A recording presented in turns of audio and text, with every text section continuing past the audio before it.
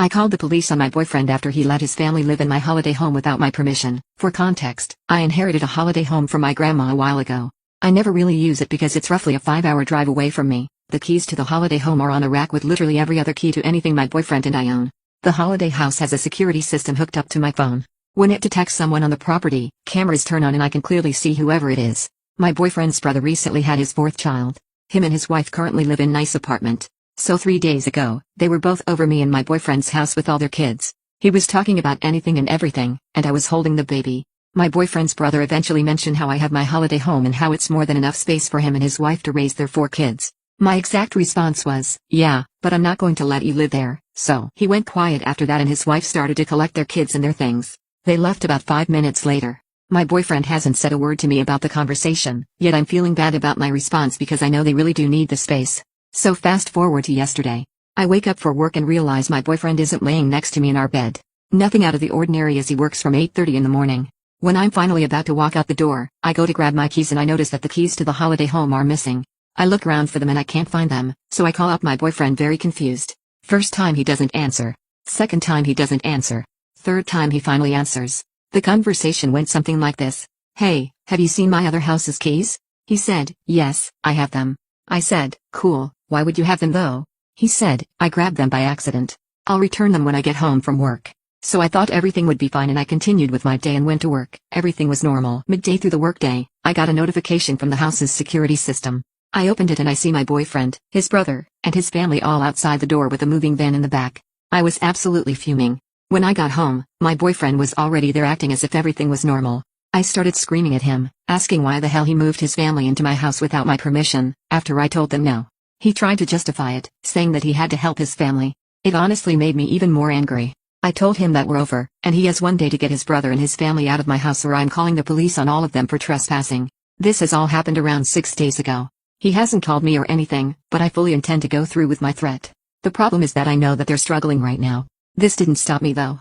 About 30 minutes ago, they came and returned my keys and let me know that the family had been told to leave. At first, they refused, but eventually they packed their things up and left. My now ex-boyfriend, his brother, and his brother's wife have been blowing up my phone non-stop asking why the hell I'd put them and their children through all of this. Guess what? I blocked them all. I feel absolutely terrible about what I did and I know that there was probably better ways to handle the situation. I even considered letting them stay after all to avoid the drama. But I'm not sure if they would pay rent or anything. For the future, I plan to rent the home out. But now I'm not sure how my ex-boyfriend's family would take that. I refused to help my stepsister with her house purchase because of how her stepfather treated me as a child. I'm 29 female. When I was about 10, my mom got married to my stepfather. I have an older brother Luke who was 15. My stepfather had Amy and Bella who were 12 and 11. We didn't come from a privileged background. My mom was a minimum wage worker and my dad was absent. Our stepfather had very good income. Their deal was that they wouldn't combine finances, and both would each contribute equally to the household, and then each takes care of their children with their spare money. My mom never had enough spare money for us, while my stepfather was spending big on his kids. This included holidays which Luke and I were excluded from, and my stepfather would pay for my mom, but never us. Luke and I also shared a room even though Amy and Bella had their own rooms and we had a guest room, because stepfather insisted that he was paying more towards the house so my mom's share would only get her one room for the kids. Luke and I were constantly teased for this situation by the three of them as we grew up. My mom always told us that we should be grateful because if it wasn't for our stepfather, we would not be living in a nice home in a very good neighborhood.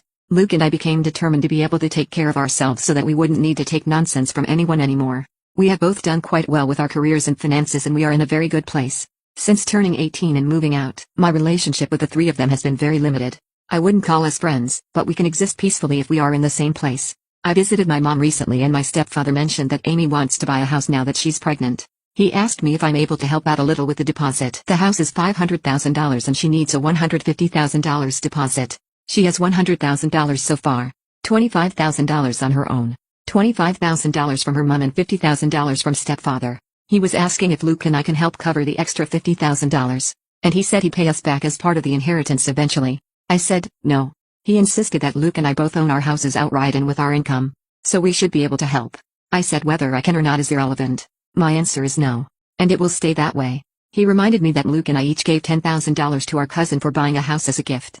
Amy is my sister and he's offering to pay us back. I said, that was our choice then.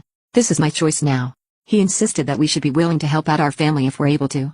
I looked him in the eyes and said, like how you helped me and Luke when we were kids. Everyone just went quiet when I said this. After a while, he said if we went back in time he would have done things differently, treated all four of us equally. I said that's good of you but doesn't make you entitled to my money now.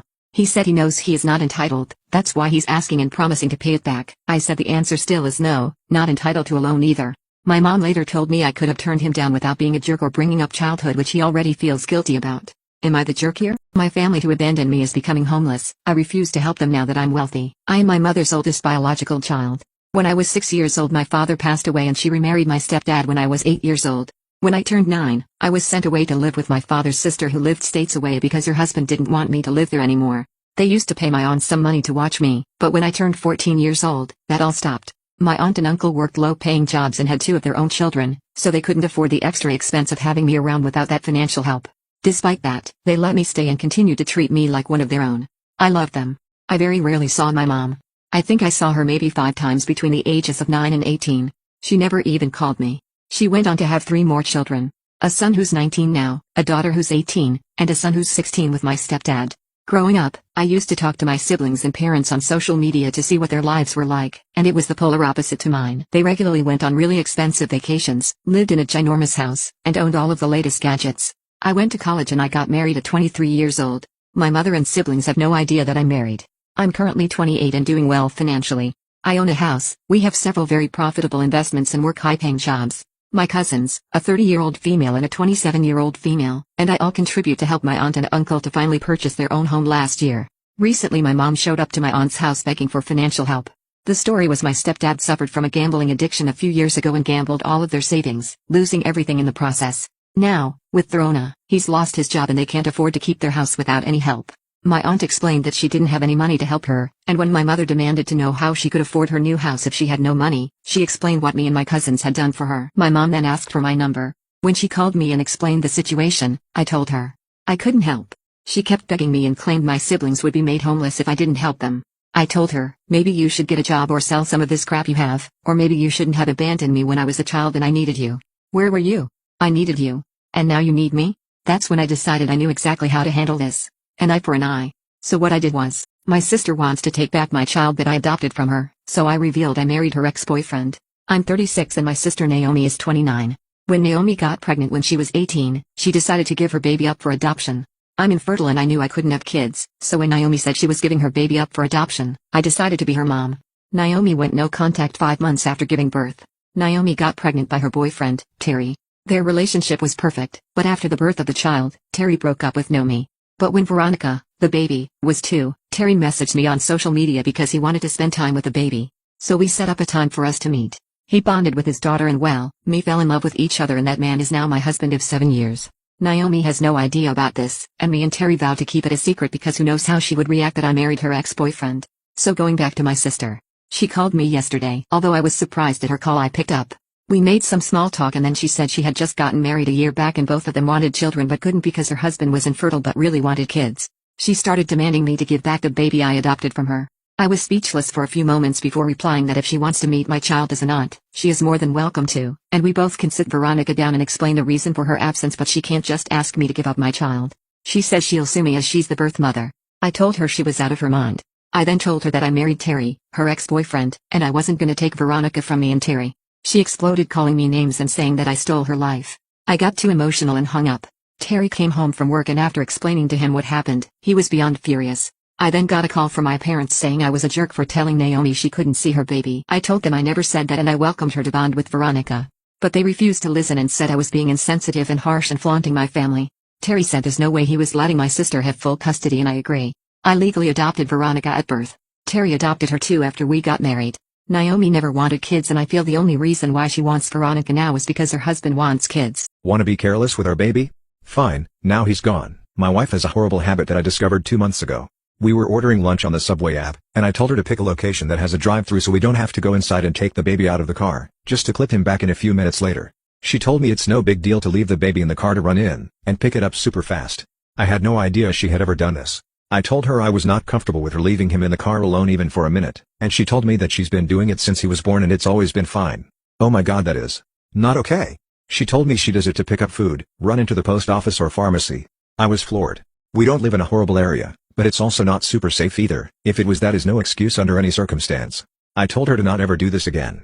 She told me that she never stopped to think about the potential danger and that she would stop doing it. Well, yesterday as I was driving home from my brother's house, I spotted her car at the gas station near our place. It was parked in a spot up front, not at a pump, so I figured she stopped in to grab some snacks, which we like to do.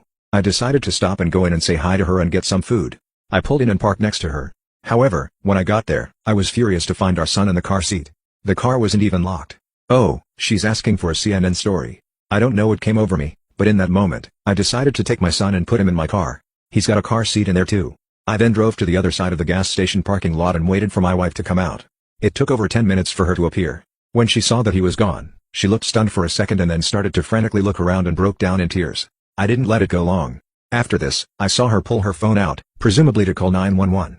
And that's when I pulled my car around to see her. I parked, got out, and walked around to my son's door and opened it to show him to her. She looked extremely relieved, but that quickly turned to anger with her asking me why I took him and did that to her. I told her that she needed to learn her lesson and she promised to stop leaving him in the car and that she was extremely irresponsible. It was so easy for me to pull up and take him. No one else at the gas station even noticed. So if he really was taken there would have been no help and it would have been 100% her fault. She proceeded to call me cruel and psychotic. She tried taking our son out of my car into hers. I said no and that I would be driving him home and I left. She came home not much after me but ignored me and was super cold the rest of the day. She acknowledged me today saying she wanted an apology and I said absolutely not and she's the one who should be saying sorry. She's been guilt-tripping me the rest of the day saying no mother should experience the fear I put her through. Did I go too far? Am I the jerk?